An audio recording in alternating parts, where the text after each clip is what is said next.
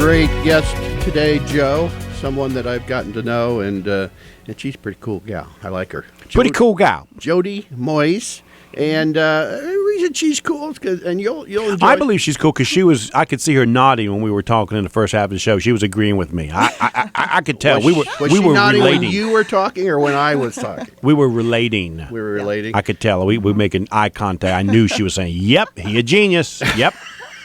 That's what she was saying. I could see it in her eyes. Well, we'll ask her about that. But let's don't ask. But you did nail one thing I was going to say, which is she's pretty good understander of running a small business because she's run a few of them and she started some new ones and she knows what it takes. And I've been very impressed, and so I'm anxious to talk to her and give her a chance to Hey, talk Jodie. about her business. Hello. Thanks for having me. You are Great so to have welcome. you. Now you've got two businesses I do. you're running. Yes. One is called OfficeZilla, and the other one is a JZ Promotional Products. Tell us a little bit about OfficeZilla. Okay. Well, first of all, I just want to say thank you so much for having me here. No, don't say that. Tell us about your business. I know I have to, and I have We to tell need- you. I have to tell you the funniest quick story. When I came in and I saw the van, I had to stop and take a picture because I was like, "This wasn't even on my bucket list, and this is so cool." So And here you are. yeah. So We're going to get so a video thanks so of you, much. and it's going to be exciting. You are right. There is something about doing this show that I was is a like, blast. Wow, this is Now cool. you got to put up with Joe, but other than Yeah, that, right. it's a great time. Oh, stop with the bell, man. And I did love the article, and I think, you were talking, Joe, about ego, but I think that when you have gone through all those things, which, I have, and that's which is why I was agreeing, and to me, all of those things just, as a business owner, just keep you completely humble and you appreciate everything, when it comes to you. And I don't want to jump because you usually do a good job, Joe, of asking these kind of questions. But, I mean, she just finally decided she didn't like a business she was in. And so she's been in the process of shutting that down and starting these new ones. And the new ones are exciting. And the old one was exciting, but you just kind of lost the passion for that one, which happens as well. And people don't realize this, but in this country, people reinvent themselves about 7 times. And small business people probably do it about 10 times. And it is courageous. I think Jodie's about running out here. I'm not sure. After I had a discussion with her. No, I'm just kidding. I'm just kidding. Well, and that's what I'm saying. It's like you just have to believe, and I know, at this point that from all that I've done that I can learn anything and I can, whatever I want to do, I can do. And Amen. And it's will and desire behind that. So Absolutely. And, what your motivator is what gets you where you want to go. And Well, then, let's do that. Let's talk about your story. You don't have to go back to 1963, but just kind of tell us how you got to the spot that you're now sitting on radio station. Oh, gosh. Okay. Well, I guess the short story is I always knew that I wanted to just own my own business. I went to school for business administration.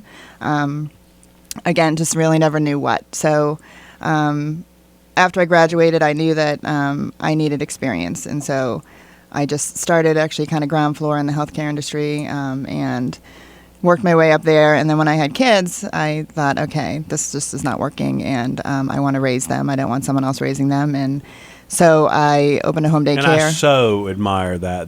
That is such a hard thing to do in this environment. And did you hear the business she opened up when she had kids? Yeah. Daycare. I love it. I love it. And so, people think, oh, home daycare is easy. Well, it's not. I mean, you have to still know all the laws and the regulations. I had to have the fire chief and all these inspectors over and I ran it like a center. So I kept it structured and people had to sign contracts and things like that. So, and that was really successful, and that was wonderful. And then that gave me a little bit of cabin fever. So I thought, okay, I don't know. And then my dad had cancer, so I closed down to become his hospice caregiver. And then I ended up going back to work after that.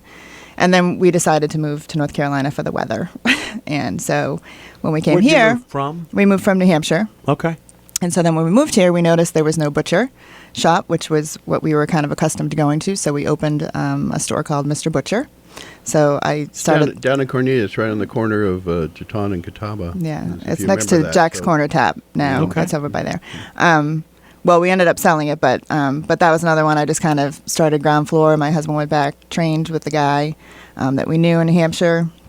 And the market shifted on you a little bit on the butcher shop, yes, as I recall. and then we moved on all from the big, there. Yeah. all the big grocery stores were kind of doing the same thing. So. Yep. So they kind of started that. So we thought, okay, this is definitely not a two-income thing we can be doing. And I think that's just it. It's like you've just got to recognize and you've got to move on and you've got to make decisions. And when you've got family, you also have to be, financially sound with things too. So a good steward with your money. And so that took, a while to sell. So then I just opened a home daycare again in where we were. So that was really well. And then I just want to say it would not have taken a while to sell if you'd have had the right broker. I think you're right. Yes, I think you're right. I thought No, he might bring they that are up. hard to sell. I thought he might bring that up. Well, it was right at the housing kind of downfall Sure. too. So it took us about 2 years to sell our house as well. So Yeah. So that's what I'm saying. Like when you own businesses, you've got to learn contentment in any situation, and that's not always easy to learn. But I tell you what, God will help you learn that when you're a business owner, and you can come out of it. And it didn't stop me. None of it stopped me from still saying, I can still own my own business. Yeah. And you've just got to take and learn things and do things. And so, anyways, after that, I just kind of went on and I went back into corporate America again.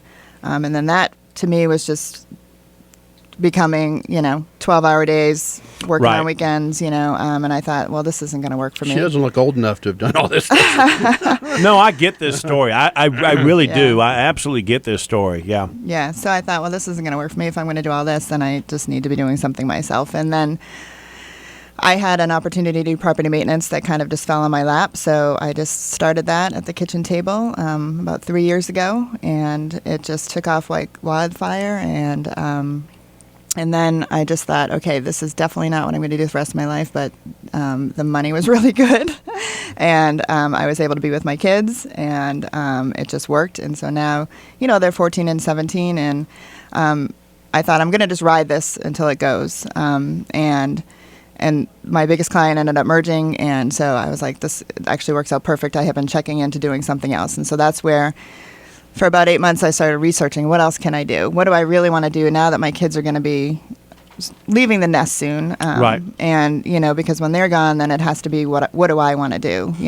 Everything I've done really, even though I've enjoyed most of it, is for them. So I just stumbled onto OfficeZilla, just researching different companies. It kind of was between OfficeZilla and doing background screening checks. And so I just thought, man, this would just be so much more fun, I think. And let's do this before we get into the current business. Talk to people out there that are thinking about starting their own business, or have given it some thought and not sure. What is that reason, that drive, the difference? Because clearly you've done both. You've worked in corporate America. What is that makes you keep coming back to wanting to be self-employed? What are some of the things that you could sort of list and say because of this, and this? Well, for me personally, I am an extremely hard worker. I get it from my dad, and I say I feel like there's not all that many of us that have the work ethic that I have. And I just feel like it's just inside me, and I do see it in some people, and I don't see it in a lot. But because I have that work ethic, I treat anywhere I work or anything that I do as if it was my own, and my name is behind it and my integrity. And if I were to own this, this is how I would want it. And so. So when you're in corporate America, when you have those things, yes, you get promoted and you get ahead, but you also are taken advantage of and given multiple more things to do. I would do the work of 3 people at times, in the same amount of time, but then I would have to start adding on time to my day, Right. And so for me, that's just the kind of where I end up. It's like, man, I know I work hard. I know that I'm going to put the time and effort into it. And so why am I doing it for someone else?